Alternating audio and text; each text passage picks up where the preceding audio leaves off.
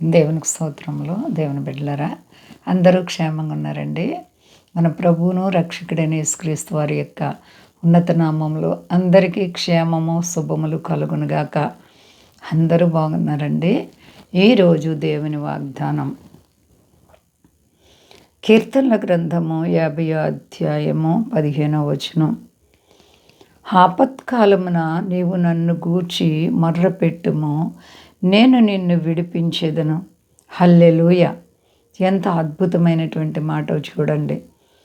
ఆపత్కాలం వచ్చినప్పుడు, మనము ఆపదలు వచ్చినప్పుడు, కష్టాలు వచ్చినప్పుడు, మనము అనేక మంది స్నేహితుల దగ్గరికి వెళ్ళి, లేకపోతే మనకు కావలసిన వారి దగ్గరికి వెళ్ళి మన బాధలు చెప్పుకుంటూ ఉంటాం.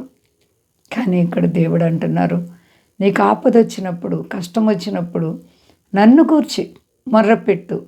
దేవుని గూర్చి మొర్రపెట్టాలి. నువ్వు దేవుని సన్నిధిలో విజ్ఞాపన ప్రార్థనలు చేయాలి.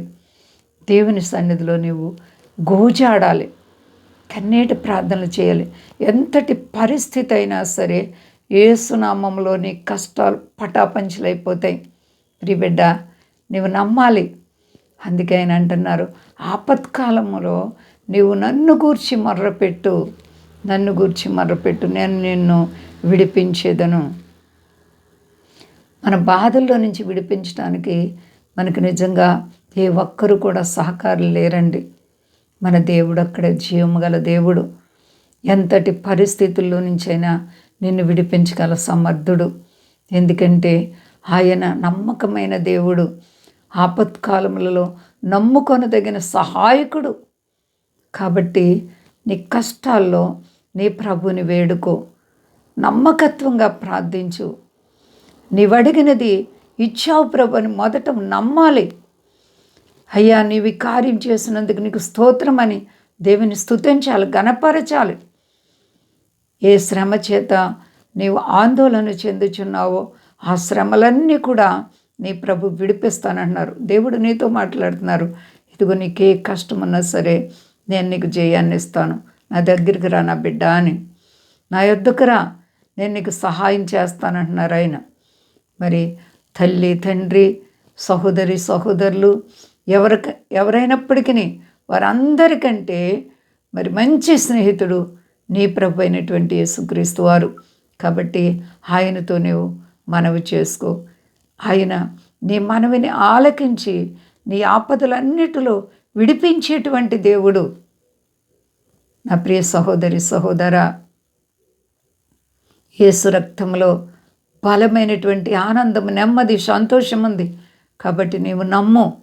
దేవుడు నీ హృదయ వాంఛలు తీర్చబోతున్నారు, నీ కన్నీళ్లు తొడవబోతున్నారు. నీకున్నటువంటి సమస్యల్లో జయమిచ్చి నీకు నెమ్మదినివ్వబోతున్నారు. విశ్వసించు. దేవుడు సర్వాధికారి అయిన దేవుడు, సర్వశక్తి కలిగిన దేవుడు. ఆయన యొద్దకు వస్తే నీకు నెమ్మది ఉంటుంది.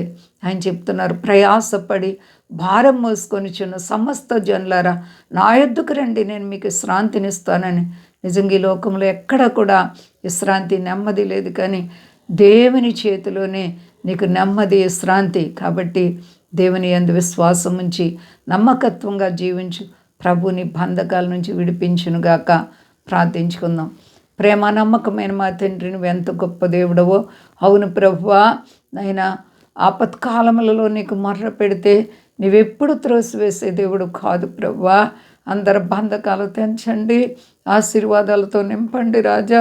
నీవున్నవాడు వాడువైన దేవుడు. సర్వ ప్రపంచాన్ని కాపాడండి.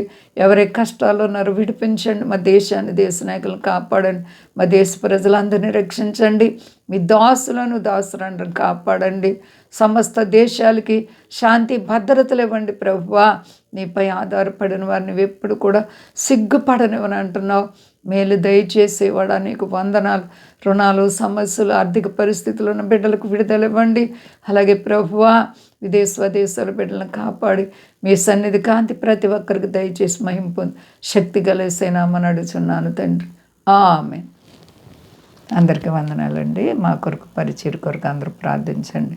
ప్రభువారు మిమ్ములను, మీ బిడ్డలు, మీ కుటుంబాలను దీవించి ఆశీర్వదించునుగాక. ఆమేన్.